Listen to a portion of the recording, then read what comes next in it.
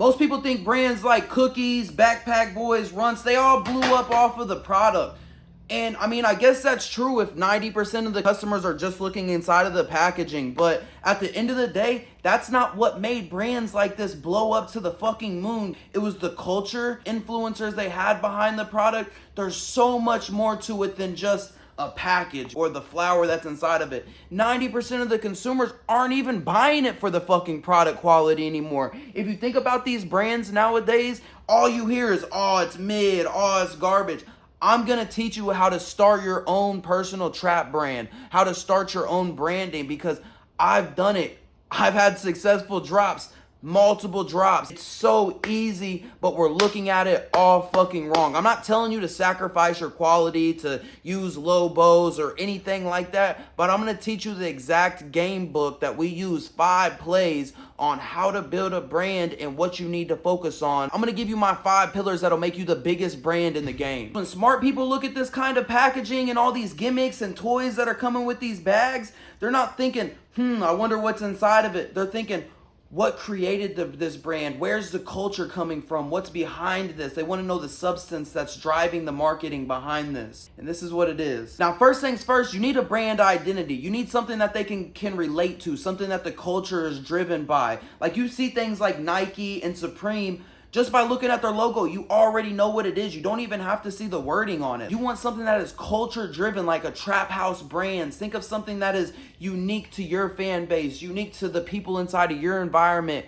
and what they are looking for specifically. It's not about you. That's why I want the very first thing that you focus on is to be your brand, your logo, your color schemes, your mascot. Who do you represent? Who are you as a company, and what do you stand for? That's the very first thing you have to establish. Because at the end of the day, people don't recognize products. They recognize brands and what they stand for, the culture behind them. Pillar 2 is packaging. You got to focus on packaging. I don't care what anybody talks about. Oh, it's gimmicks. We don't want another gimmick with packaging that's more expensive than the product that's inside. And I understand. Please do not do this. Do not sacrifice the quality of your product just for the packaging. The brands that are really winning right now, like let's say Wizardtrees was one of the biggest international brands. I just went to MJ Berlin last week, the biggest cannabis event in the world.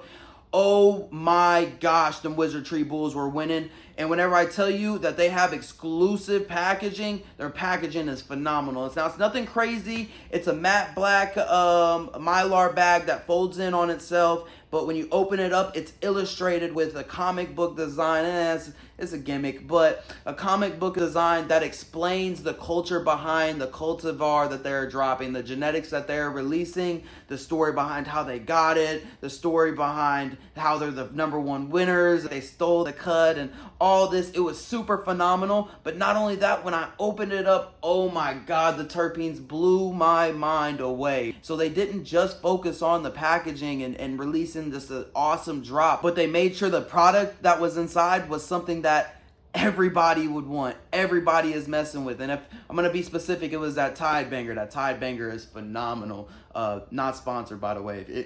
If you're looking to sponsor me, Wizardtrees, just let me know, son. The packaging is the product. It's what people take pictures of and post on Instagram and be like, look at this new drop. And that's free marketing for you. That's another part of the pillars, but we're going to get onto that later. But this is free marketing from your customers because they're satisfied with what you're releasing, the quality, the product, everything is on point. And so they'll be happy to post it onto their Instagram, happy to post it onto Snapchat, where your brand becomes a craving to the people that are around them, because people want what other people have, especially if it's hard for them to get. If it's exclusive, something like this, they'll end up spending $100 for something that's only worth $20 just based off of this hype that's driven around it. And dropping these brands, focus on a limited edition drops, crazy artwork. Let's do collectibles that come with it, hologram stickers, just stickers in general. Things like this are going to win over your customer every time. And you know, stickers is like free marketing. Let's say one of your plays puts that on the back of their phone or on their car. Every time they drive around, somebody pulls up to their house.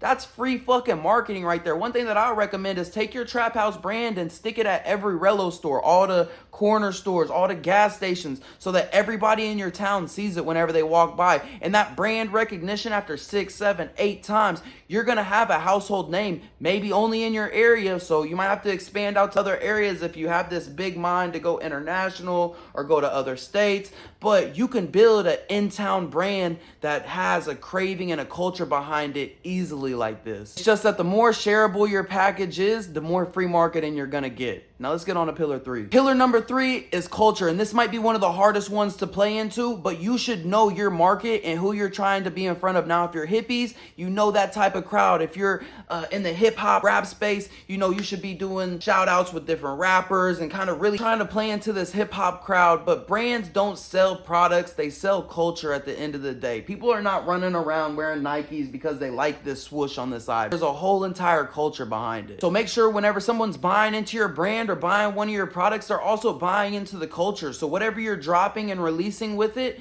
make sure that it's something that they can have some nostalgia or some type of attachment to mentally, that kind of keeps them ingrained into the culture of your company, something that they would be happy to represent, happy to stand behind. That's why I notice some brands survive even whenever the competitor's doing better. Like for cookies, for example. Now, no shots at Burner, big respect to him, he's one of the OGs of the game. From what I'm hearing and from what everybody else is saying is that their strains and the quality of their genetics are kind of went down over the past few years, but they are still one of the biggest names to this day. I don't care what anybody says. Now, they might not have the best product compared to the other companies, but they have a culture. They have this essence of being ingrained into the community that the other companies are missing. We all know the story of Burner going to every Wiz concert. Pillar number 4 is marketing. I watch so many businesses spend months and months and months and months building the product, building the packaging, building all of this, and then spend 5 minutes on marketing. Marketing is the most important part. People like Coca-Cola, Walmart, all these places are still spending billions of dollars every year on marketing. You think that's because people don't know them?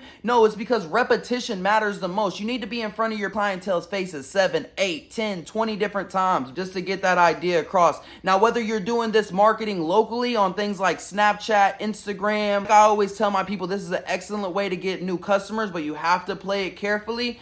I don't recommend it for everybody, and I think that there's special ways to go about it. But like, let's say that one time a month you decide to do 8/8 giveaway, right, to all your customers. Now, don't make them put them all in the same friend group, right? Try to keep it a little bit separated so that it's getting out to other people besides his 8 friends and the 8 friends that they both share together, right? So you give out 8 free apes, and you tell them, post this onto your story, share the packaging, show them what's up, and then link me and tag me in it. Now, since you're serving new customers, I always recommend to have somebody taking care of this for you. I'll make another video on delegating and doing delivery services and things like this, so make sure you follow for that video. We're gonna start doing a little bit more of long form content on this channel. You know, I focused on like the short form for a while, but I feel like I got a lot of educational pieces that I can share, and Instagram, TikTok, little 3-minute videos just was not gonna cut it for me. So moving forward into doing this YouTube long form thing. So yeah, follow me for more. We're gonna start doing a lot more educational pieces like this. As far as marketing goes, if you want to get your brand out on like a domestic US level, start sending your product out to influencers, reviewers for free.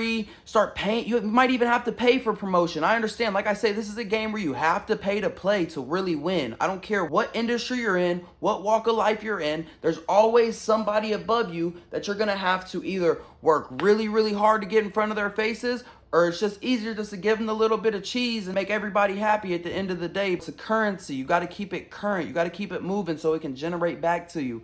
But doing things like influencers, you could do giveaways online. Have the people that use your product just do their own little demonstration, their own little unboxings and things like that. I'm sure you have plenty of friends that can help you out and just do this for you. But attention is currency in today's day and age. So the more faces, the more people that you're in front of, that's what the real winners are doing. They're focusing on marketing, not as much on this fucking gimmicks, on this packaging and everything. I do think that is maybe plays about 60% into it. The other thing is a majority of the customers in today's day and age, if we're speaking about this type of product specifically, is 90% of them just go off the smell. Fuck how it looks, fuck how it blows, they smell it and smell like gas, they want that motherfucker immediately, want that jab off. They don't even care what the price is, bruh. At the end of the day, if nobody sees your brand, your product doesn't even matter. So remember this: brand, packaging, marketing, culture, distribution. Master those 5 things and you'll be ahead of 90% of people trying to build brand lifestyles like this. They have missed a couple of key details that'll help you really be able to elevate on to the next level. I know my bigger thinkers will be able to figure it out. That's the thing about the trappers. I noticed that a lot of them are able to problem solve and figure out the bigger picture, see the bigger picture a lot easier. But if you are able to do that, you can grow with this information that I just gave you like no fucking tomorrow. Tell me, which one do you think's most important? Drop it in the comments.